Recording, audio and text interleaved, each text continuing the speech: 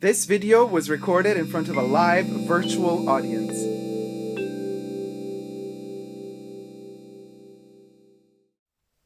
Hello everybody, Dacob here. Welcome back to the Fashion Bunker. It's unboxing time. We got a little Chanel moment going on here. Really special unboxing. Okay, this is going to be a special one. Thumb up this video, subscribe to my channel here on the tubes if you haven't already, but do like my content. It means the world and it does help the algorithm out. It helps the channel grow. You can also push the join button next to the subscription button. Become a member today, gain access to extra perks. You can also join me on Patreon. Thank you to all my patrons who have already pledged. superdacob, all spelled together on Patreon. This video is being filmed live in front of a virtual audience. I live stream every Saturday. Be sure to join into the fun, to the live streams, in the live chats every Saturday. So I receive not a phone call, a text message one day before Christmas from my sales associate with a photo of the object and telling me, Dacob, look what arrived. And I was shocked. I was like, I thought this thing was going to take another 6 to 10 months. I asked about it around 10 months ago to a year ago, and I just didn't think it was going to come that fast. It's super, not hard to get, but it just takes them a long time to make it. So sizing has something to do with it. But let's go into the history of what is in here. We're going to unbox it, don't you worry. But I know a lot of you have the sneaky tendency seeing what's inside and off you go. Well, we have a little educational moment here. For the occasion, I'm going to spray some 1932, little Chanel moment here. Let's get it on me.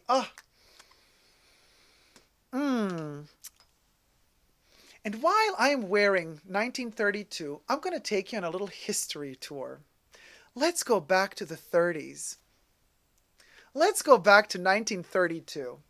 Let's go back to the time when Coco Chanel released her first and only haute joaillerie collection, her high-end jewelry collection of platinum and diamonds combined together.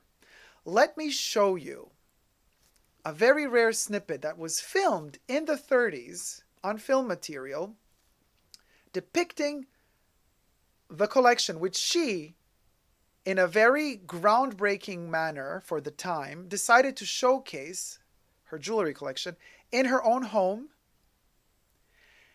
behind glass cases, obviously, to protect them, but she invited the guests into her home. The jewelry was, I think, on show for about a week, and then it was gone. And you could go to her home by appointment only, obviously, and see the jewelry. And there was a camera crew in the 30s. Let's have a look together. I took the video from Chanel's YouTube channel, so it falls under fair use, so we'll be reviewing it. However, I did take away the original audio from the video, and I will be commenting over it. So we have the Manifestation Parisienne Exposition de Bijoux et de Diamants. So we got this little presentation that was shot. Let's move into the video. Okay, so here we have, this is also groundbreaking for the time. Wax figures were created to showcase this jewelry. It wasn't done before, so it was kind of very groundbreaking to see non-living objects carrying jewels and just busts, but with real hair. That was real human hair that was placed inside of them in 1932. Even cigarette holders to smoke a cigarette in platinum and diamonds. Choker bow, so sexual. Look at that constellation of the Leo as a necklace to die for. Look at that. I mean, that's so groundbreaking for that. The burst of sun, the starburst as a brooch, and that kind of also pin on top of the head. The balance of these necklaces that are completely open, but they still stand on the body. The bracelets, the rings. And you know what the funny thing is? Look at those rings. The open rings. This is a brooch that you can put on your hair as well. The feather in platinum and diamonds. And that's it. that was kind of the showcase. There was a lovely female voice in French describing the collection in the original audio, but you had now me in English describing it to you. The fascinating thing about this collection is that only one piece survived all of those decades and epochs, because all of those other pieces of jewelry got lost, possibly Second World War. Maybe she sold them off. Somebody maybe stole them after she passed away in 1971. However, there's only one piece that remains. Let me show you now. Actually, before I show that to you, let me touch base on the 1932 perfume, because now you understand why I scented myself with 1932. That exhibition of that jewelry was launched and released in 1932. So Jacques Polge dedicated to this special occasion a fragrance. This fragrance was not released in 1932. The fragrance was released in the 10s. Let's get to the... I have reviewed this on my channel, so be sure to check out my review of 1932. However, I think it's appropriate to kind of touch base again for this special occasion. Les Exclusifs de Chanel. 1932 was launched in 2013. Jacques Polge is the nose behind it. What Chanel had to say about the perfume is, Chanel is launching yet another fragrance from the prestigious collection Les Exclusifs de Chanel. Chanel 1932 fragrance is accessible to wider public since early 2013. The inspiration for this creation lies in the first collection of the jewelry of this house that was presented in 1932. The composition is powdery, floral, with a focus on jasmine. It opens with fresh citrusy flavors that includes aldehydes, bergamot, and neroli. The heart is a heady floral composed of jasmine, rose, ylang-ylang, lilac, and carnation. The base is sweet, woody, and resinous with notes of vetiver, orris, sandalwood, opoponax, incense, vanilla, coumarin, ambrette, musk, and iralia molecule, which possesses the character of iris and violet. This is the eau de toilette that I am reviewing and talking about here. This perfume has since been reformulated and only available as a eau de parfum. Eau de toilette is no longer available. There is still, however, available in its original formulation, the pure perfume of 1932. So we got aldehydes, neroli, bergamot, jasmine, ylang-ylang, lilac, rose, carnation, orris root, musk, ambrette, musk mallow, vetiver, sandalwood, opoponax, vanilla, coumarin, incense. Wonderful combination of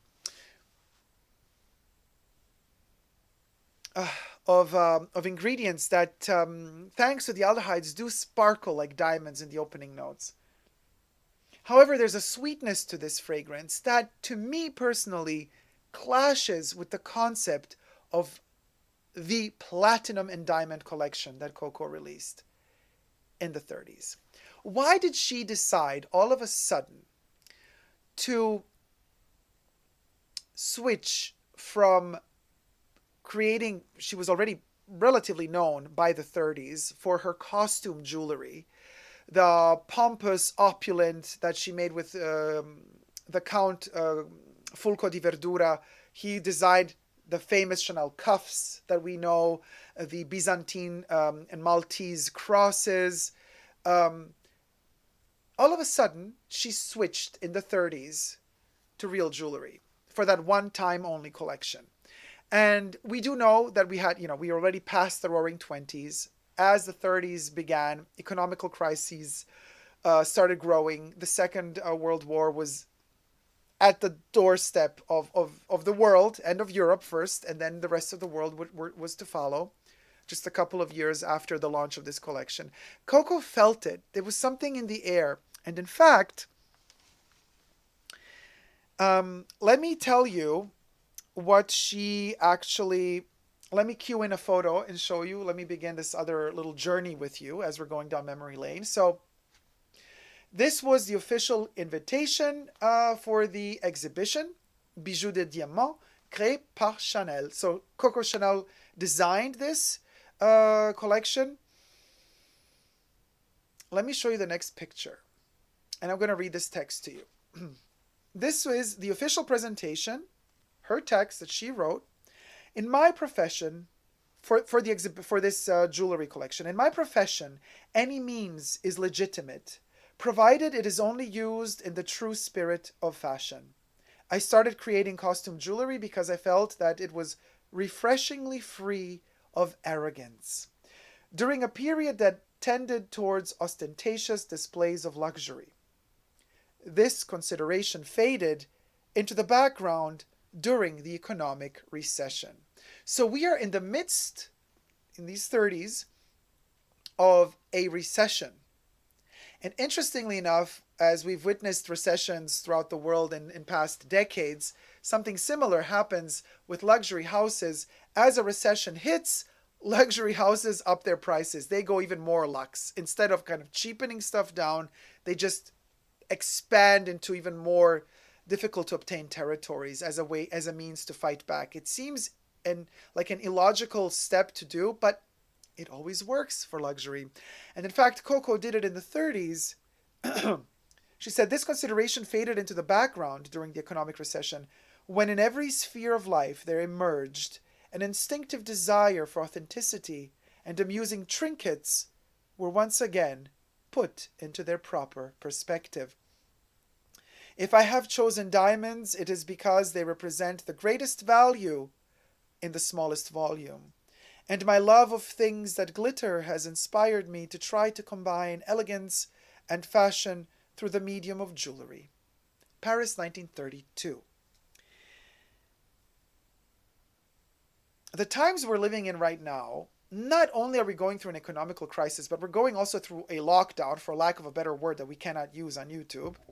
And this means that we have even more austerity and even more of an aesthetical need to recede towards, dare I say, a more conservative approach to aesthetics. And we see this in many fashion houses. Some, like Versace, cannot go there. They have to stay pompous and baroque if they want to have any chance at surviving as a brand. Even though, even Versace has been trying the past collections to tone it down in a way. Remember their maze look that looks a little bit like Fendi or like Goya? That's their version of toning down. But for a house like Chanel to tone it down, I think their best thing, their best choice in past years after Karl's passing was to choose Virginie Viard as artistic director, because she really echoes that simplicity of Coco Chanel, that kind of austere dryness that Coco had in her, especially in the 30s, which we see now repeating again in fashion today. So I'm going to read to you another quote that Coco Chanel said, which is always remove, never add, always take something away, never add something. We're going to keep that quote in mind as we move along through the next images.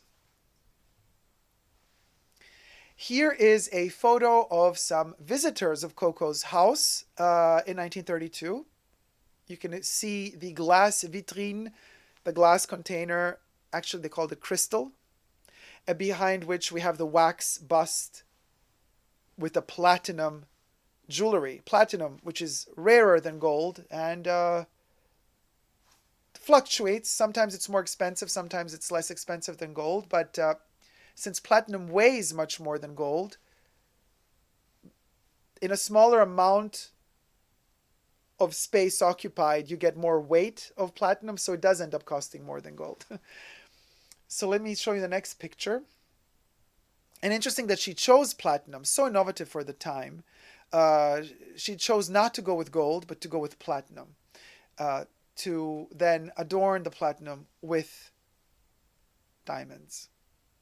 Here is a pamphlet, magazine type of lookbook that showcases some of the busts adorned with the jewelry. Let me show you the next picture.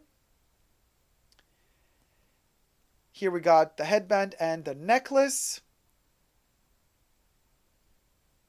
Also platinum with diamonds. Let me show you the next one. This is more difficult to see. This is a picture that was taken from, I think, a newspaper at the time. So it is also fascinating as a historical document to see despite the graininess of it, you have that kind of brooch moment on the bust here, and you have the feather, which has been remade by Chanel a couple of years ago, like one-to-one remake of it. However, not in platinum. They made it in white gold.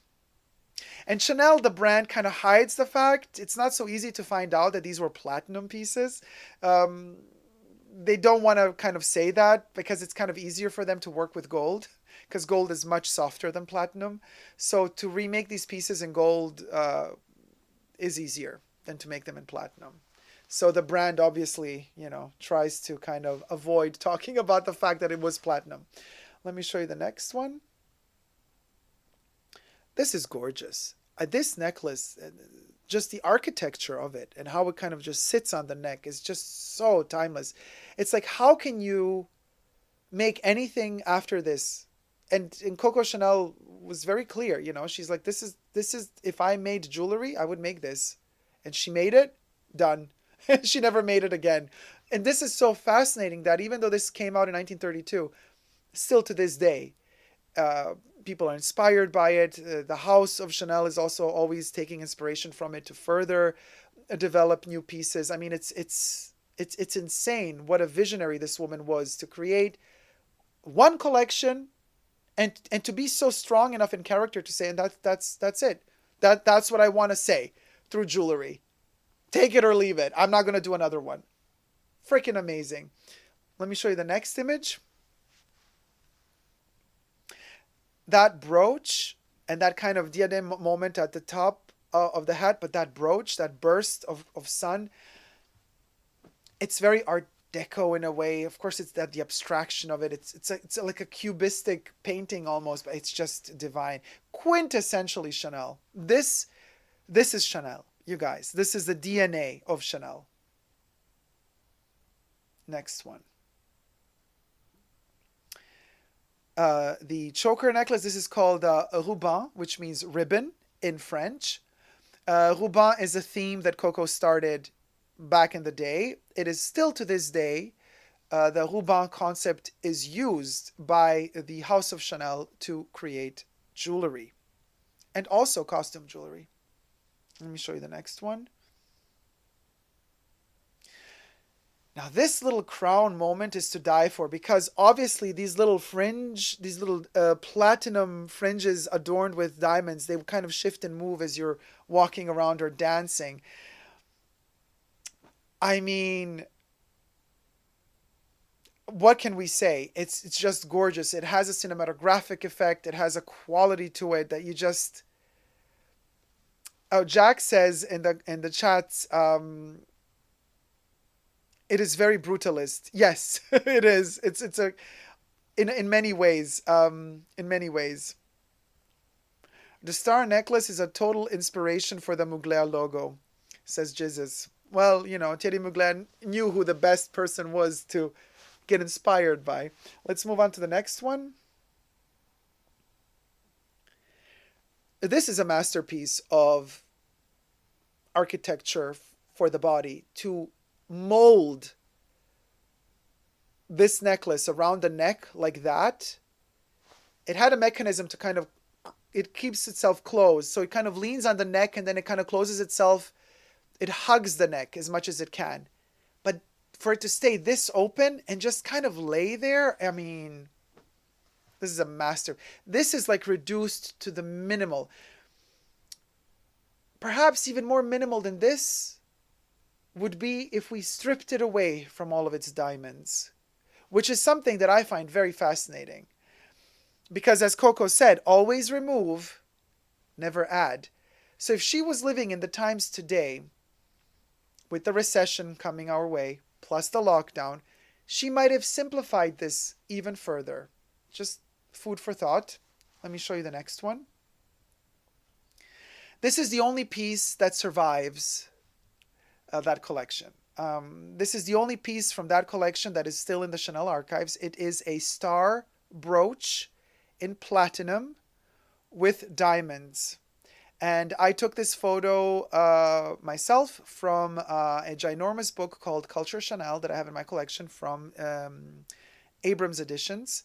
Let me show you the next image, which describes the material in several languages. The bottom one of the three paragraphs states Gabrielle Chanel, original Comet brooch, created by Mademoiselle Chanel for her exhibition Bijoux de Diamant.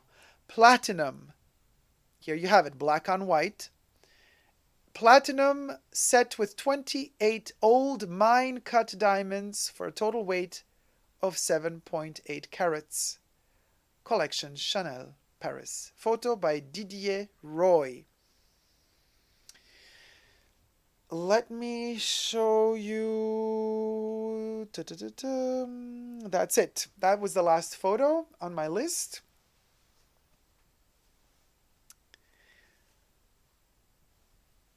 Coco says, take away, don't add. And this made me think about what is the essence of Chanel. She loved gold when she plated things for costume jewelry. But when it came to jewelry, she chose platinum. So there are quite a few iconic DNA moments of Chanel's style. You know, we have the camellia. We have the chain at the hemline of the jackets, or the intertwined with leather chain as a handle of the bags. We have the 255 bag, another DNA moment of Chanel style. We have the number 5 perfume, another DNA moment of Chanel style. We have the two-tone slingback. We have the tweed jacket. We have the little black dress. We have the jersey cardigans. But we never think about platinum when we think about Chanel. But in reality, the one time she made jewelry, she used platinum. So the gold is something that she harnessed stylistically more in the costume jewelry department. But when it came to jewelry, she didn't go for yellow gold. She went for platinum. So as I am a avid traditional collector of Chanel, and in many ways you could say I am in that respect, quite conservative when it comes to Chanel. I don't let all of these new designs pass so easily, whatever they churn out. I'm the first one to be like, this isn't Chanel though. You know, maybe I'm too conservative, but I love Chanel, the woman, and what she did creatively. What the brand Chanel is doing today, a lot of what they're doing today it's just not Coco Chanel. Okay, it has a Chanel logo on it, but it doesn't match her sense of style or aesthetic at all. The boy bag, the 19 bag, the Gabrielle bag, those are all Karl Lagerfeld's visions for Chanel, which is fine, to each their own. But, you know, it's not the essence for me. So when I started looking into Chanel and the conservative aspect of Chanel, the traditional aspects of Chanel style, I got into the camellias, I got into their tweeds, I got into their 255 bags, I got into the chains, I got into the cuffs, you know, another big symbol. I got into all of that. But then when I stumbled upon the 1932 collection for the first time ever in books many, many decades ago, I thought to myself, but Chanel doesn't really do that anymore. And when they do something, they do it in gold. So I went on my journey of researching, and then all of a sudden they did something in platinum. And when they did something in platinum is when I decided to start considering, how does this fit into my concept of Chanel? And let me tell you, it's been a long time coming, but it's here now. So let's unbox it together. It's a bag in a bag concept because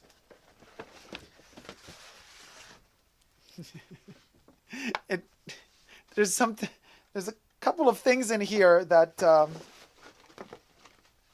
I've kind of received quite a few of these as a present. So we got the Christmas camellias in different sizes as well. But anyway, let's put these to the side.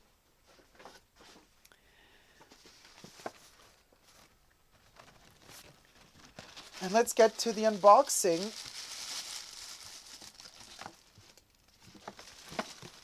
Oh, that's so sweet. They gave me, hold on, first, an extra ribbon with the celestial, you see we have the star constellation of the Leo, I guess, which is Coco's sign. And it is, okay, quite a long ribbon. Let's not open the whole thing. But this is really gorgeous. I have a wonderful, wonderful, very kind and sweet sales associate that I work with. And she knows that I love taking photos of these ribbons as a background. You know, I've just did on my, you could check out my Coco Chanel is in my house all spelled together Instagram profile. I did my own version of the Chanel Advent Calendar through my own photos. You know, I kind of to counter that travesty of a Advent calendar that the brand Chanel churned out this year. Anyway, you could go check out my Instagram profile. Coco Chanel is in my house all spelled together, dedicated to my Chanel collection. But then you can also check out Coco Chanel Privé, all spelled together, dedicated to the life of Coco Chanel, where you get to see all of these photos from the 1932 collection and many, many, many, many more photos from her lifetime. The Chanel tissue paper.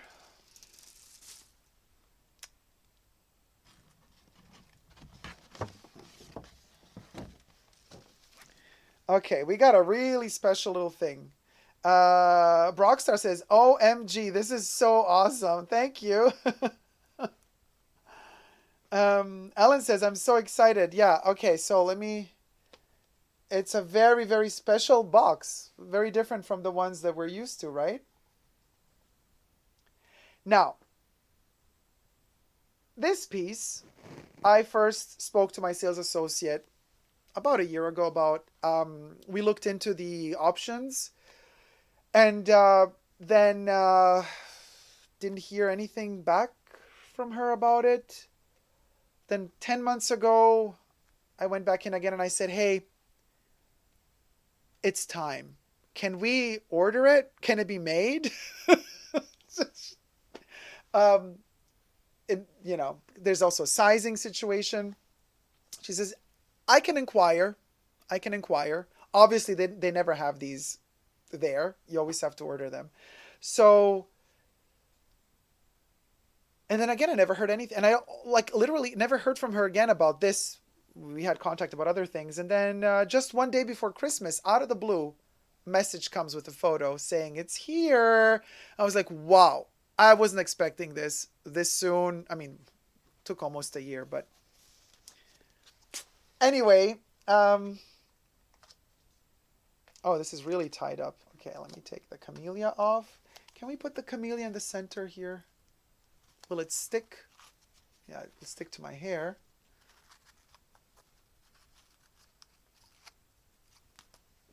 Perfect. Okay, I can zoom this in, I guess.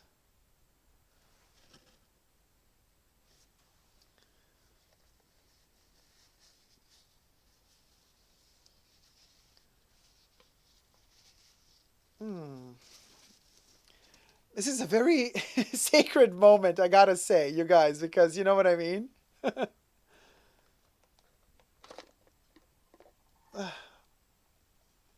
Oh my gosh. Okay. So on the inside, we have a little hidden pouch, which let me get this one out before I forget, because later I'm going to forget. It has a little rubber band there to keep the pouch in place. It's a little stretchy band.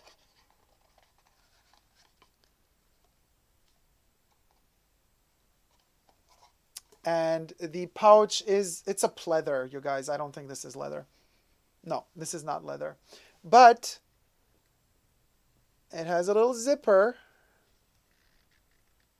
compartment. And inside it is very, very smooth and soft to store whatever we're going to unbox when we travel.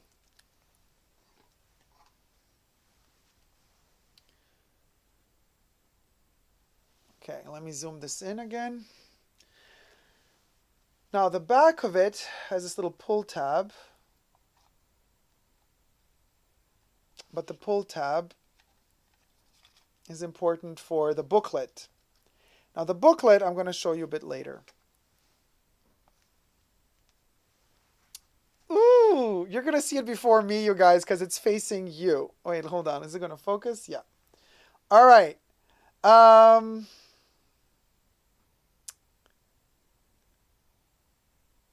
There you go. A little Chanel pouch moment with a falling... Hold on, you guys.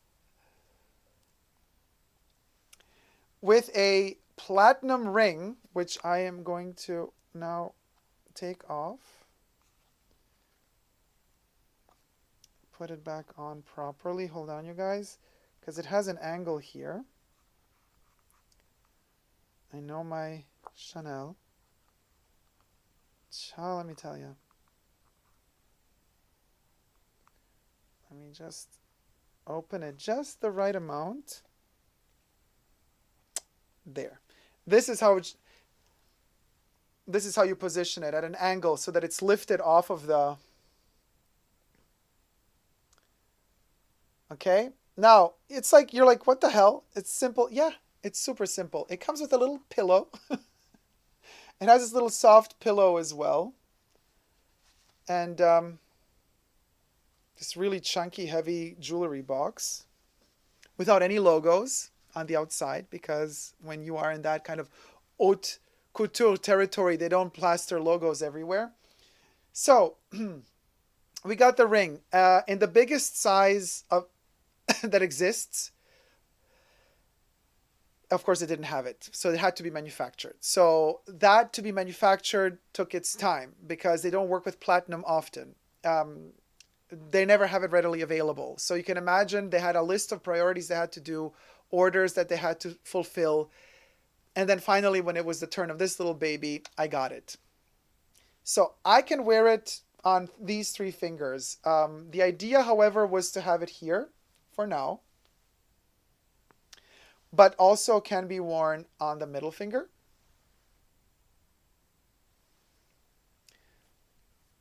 It's a little bit too big for here. I mean, I can, but it's not a wedding band. Now, this is considered bridal for them. So they do call it a ruban, which is the ribbon, which means to tie the knot. But it is platinum, not gold. Speaking of platinum, let me get to a little bit of information for you, historically speaking, about platinum.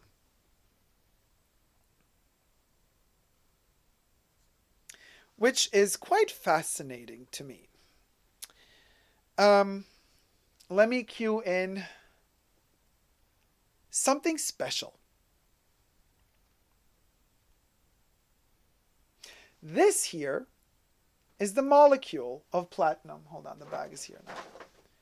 It's a 3D rendition of the platinum molecule. Look at it go. Why is platinum quintessentially the DNA of Chanel, of Chanel's style? Let me give you a couple of statistics. Platinum is a chemical element with the symbol PT and atomic number 78. It is a dense, malleable, ductile, highly unreactive, precious, silverish white transition metal. Its name originates from Spanish platina, a diminutive of plata, which means silver, because when they first found it, they thought it was silver, but it's not. It's way more precious. The symbol for platinum is PT. So, engraved in this ring on the inside is the Chanel logo. We have the PT inscription, the purity of the metal, and then we have an authenticity code, which I cannot show you because we're defending the... We don't want that code to be stolen. Melting point for platinum is 1,768 degrees Celsius.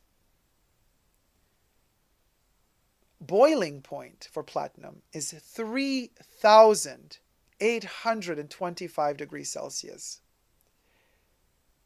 atomic number 78. It was discovered in 1735. It has 117 neutrons. Platinum atoms have 78 electrons and 78 protons. Thank you for subscribing, Ophelia.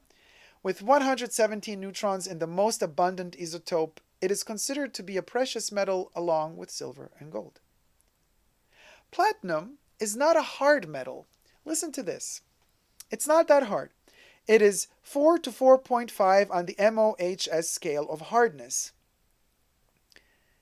This means that it can be scratched by anything harder than it is. It can be scratched by a diamond because a diamond is almost a 10 on that scale. So platinum is a 4 to 4.5 MOH scale.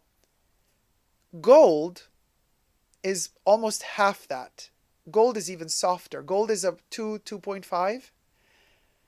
And gold has the hardness of our fingernails.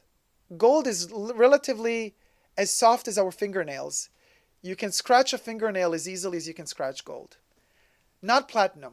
In fact, it's very dangerous to stack rings next to each other, platinum and gold, because platinum is double the hardness of gold, and it's going to shred gold with time. If you keep rubbing platinum against gold, gold is going to get shredded to bits. Which is the first element that shows us the DNA factor of Chanel's style. She was the same. You could rub on her, you could scratch her, you could attack her. She would always resist. She would always be the one, she would always be the platinum to whatever gold is coming to attack her. But here's the most magical twist of platinum, which to me symbolizes Chanel to a T. I was shocked when I learned this. Some of you who are watching maybe know this. If you scratch gold against a harder surface than gold is, it will leave a scratch in the gold. But also, some of the gold can rub off and remain attached to the harder surface.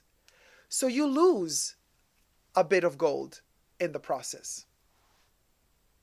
Platinum is virtually indestructible.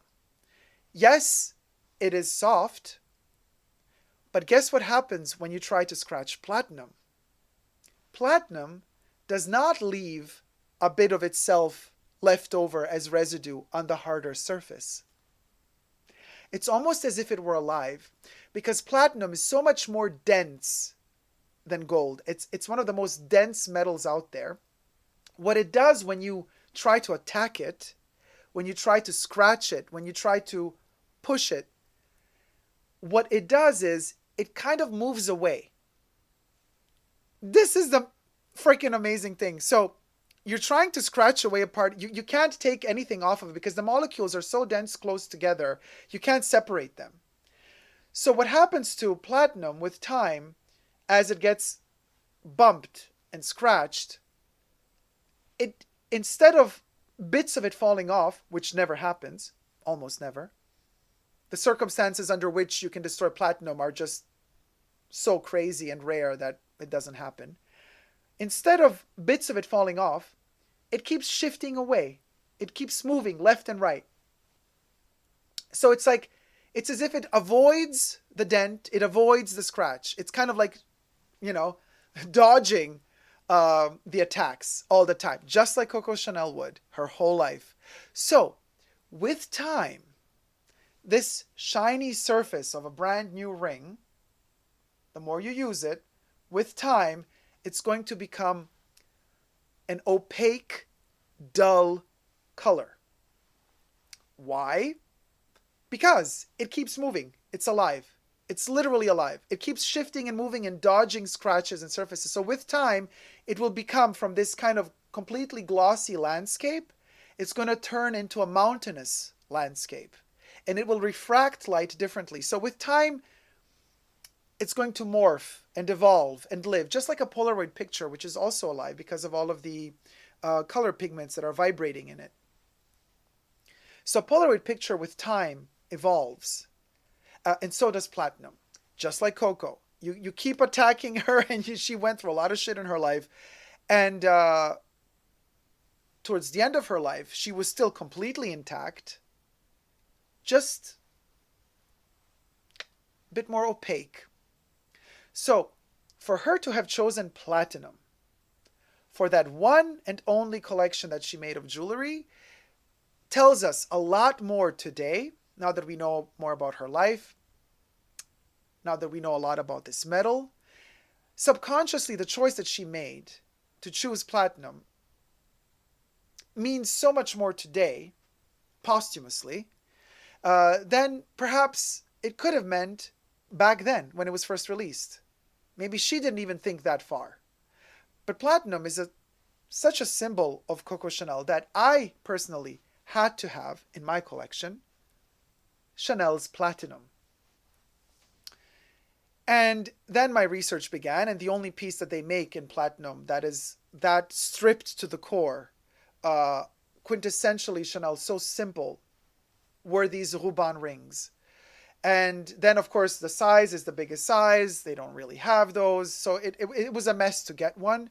But all's well that ends well. A little Chanel miracle. Coco sent it my way right before Christmas. Anonyma Kiker says, I declare Dacob and Chanel married. Kind of it is, right? Yeah, I declare Dacob and Chanel married. Yeah, simple is more elegant. That is also so true. So this is why I said to you before, as I was reading to you the text here, what Coco herself said, always remove, never add. So I do believe that if she were making her jewelry collection today, she would strip them away from the diamonds and she would leave the essence, which is platinum. So when you strip everything down, you have to add platinum to this list of Chanel must-haves. The camellia, the 255 bag, the chain, the cuffs, number 5 perfume, the two-tone slingbacks, and platinum. So the inscription inside of the ring, it has its Chanel logo, the Chanel copyright. Then it has the product number. And then it has the authenticity number and the stamping for platinum and the purity, which is I think 950 as far as I can see here. But now let's get to this little booklet at the bottom of the container.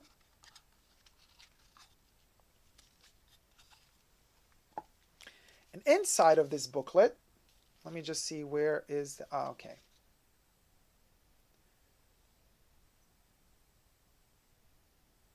Yeah, all right. So I have the signature of the boutique, the stamp of the boutique. I have the date of purchase. I have the individual authenticity code, which you cannot know. And then I have the model number. In the front, it's written in several languages. So I'm going to read to you what the certificate of authenticity says. It's a generic certificate of authenticity, meaning for several metals. So it says here, this piece of fine jewelry was created by Chanel and made at one of the most prestigious traditional jewelry workshops. At each step, it was crafted with the utmost care. We certify that this piece of Chanel fine jewelry is made either of 18 karat gold, 750 per mil, or platinum, 950, which is my case. Recommended care. In case of diamonds, they recommend. Diamonds are exceptionally hard. Do not keep diamond jewelry with other pieces. The latter could be scratched or damaged. Pearls, precious and delicate, require special care. Keep them separate from other jewelry. Always wipe them off with a soft cloth after wearing them. Do not expose pearls when you spray on perfume or hairspray. Chanel Fine Jewelry is sold exclusively at Chanel Fine Jewelry boutiques. The Chanel Fine Jewelry boutiques will be glad to advise you or handle repairs or other operations. Example, do a full clean, polish the gold, check the stone settings, or restring the pearls. Then they have also a guarantee for fine jewelry watches, which I do not care for because Chanel and watches, to me, that's... Coco Chanel never designed a watch in her life. This is what the brand is doing for money, right? And that's it. It's like, and also, Debbie says, congrats, Dacob. Thank you so much. Fatini says, it's precious, Dacob. Enjoying you, baby. Says, just thank you. So, yeah, Christmas Miracle, says Mr. Philip Fabulous. I'm telling you, it's not something that is going to swipe you off your feet if you don't know what it is. But if you know what it is, and you know and respect the story behind it, then it's a must-have. Bottom line. Thank you so much for watching. Thumb up this video if you liked it. Subscribe to my channel. Let's go on a journey together. And until next time, never forget to never give up on love. Love you all. See you soon. Take care. Bye.